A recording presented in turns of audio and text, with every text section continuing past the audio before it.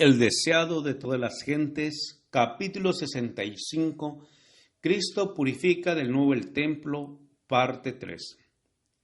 Los sacerdotes y gobernantes no podían dar sino una respuesta concreta a la pregunta de Cristo. Y así obtuvo él su opinión en favor del primer hijo. Este representaba a los publicanos, que eran despreciados y odiados por los fariseos. Los publicanos habían sido groseramente inmorales, habían sido en verdad transgresores de la ley de Dios y mostrando en sus vidas una resistencia absoluta a sus requerimientos. Habían sido ingratos y profanos. Cuando se les pidió que fueran a trabajar en la viña del Señor, habían dado una negativa desdeñosa. Pero cuando vino Juan, predicando el arrepentimiento y el bautismo, los publicanos recibieron su mensaje y fueron bautizados. El segundo hijo representaba a los dirigentes de la nación judía. Algunos de los fariseos se habían arrepentido y recibido el bautismo de Juan, pero los dirigentes no quisieron reconocer que él había venido de Dios. Sus amonestaciones y denuncias no los habían inducido a reformarse. Ellos desecharon el consejo de Dios contra sí mismos.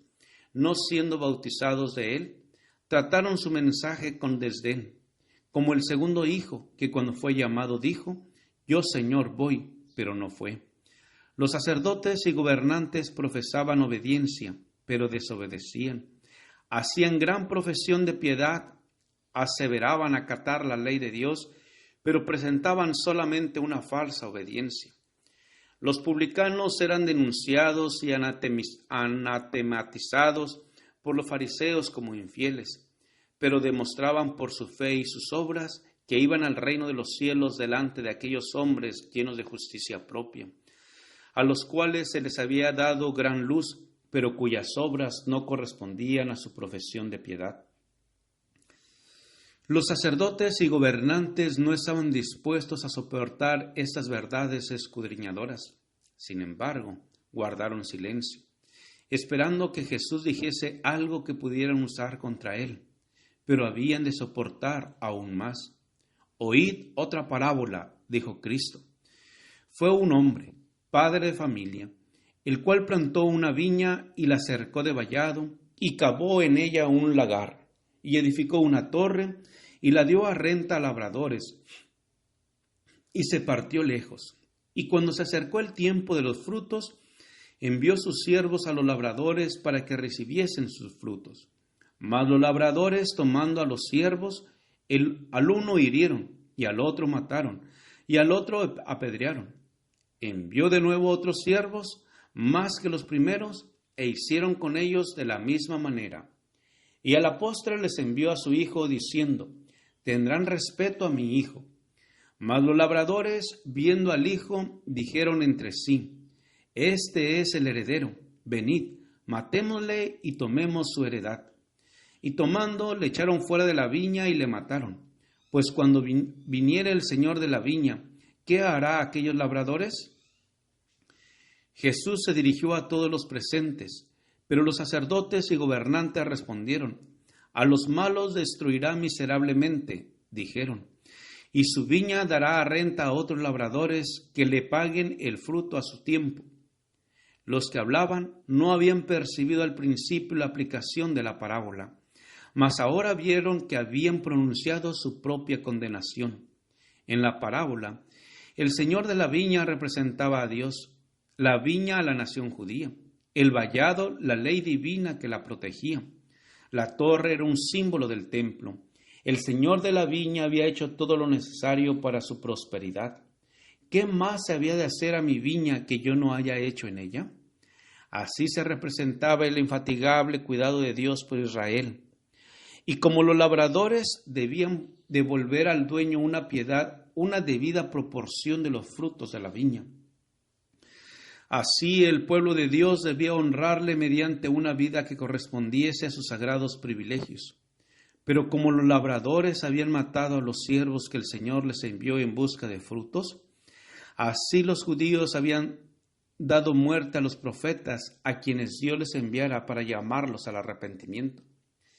Mensajero tras mensajero había sido muerto. Hasta aquí la aplicación de la parábola no podía confundirse, y en lo que siguiera no sería menos evidente. En el amado Hijo a quien el Señor de la viña envió finalmente a sus desobedientes siervos, a quienes ellos habían prendido y matado, los sacerdotes y gobernantes vieron un cuadro claro de Jesús y su suerte inminente. Ya estaban ellos maquinando la muerte de aquel a quien el Padre les había enviado como último llamamiento. En la retribución infligida a los ingratos labradores estaba pintada la sentencia de los que matarían a Cristo. Mirándolos con piedad, el Salvador continuó: ¿Nunca leísteis en las Escrituras la piedra que desecharon los que edificaban?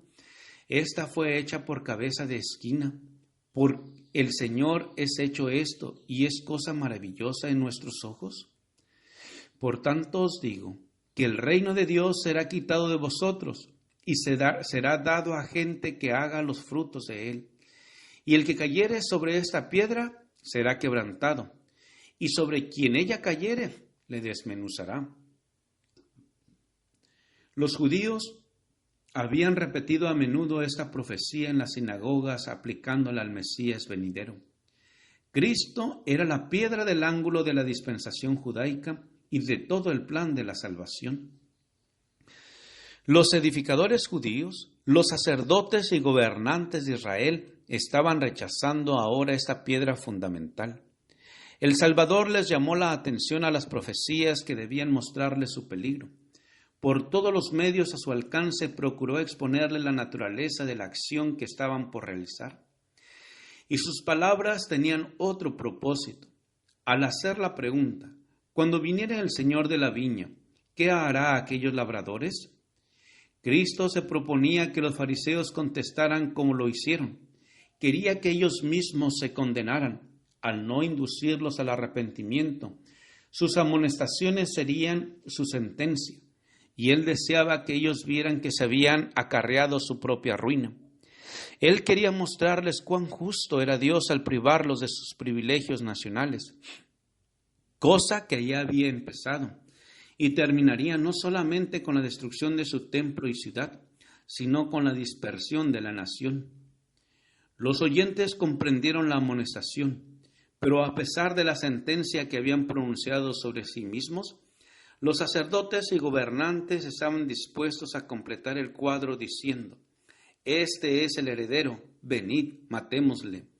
Y buscando cómo echarle mano, temieron al pueblo porque el sentimiento popular estaba en favor de Cristo. Gracias por escuchar este audio. Te invito a escuchar la siguiente parte. Jehová te bendiga y te guarde. Con aprecio, Pastor Juan Manuel Flores Espinosa.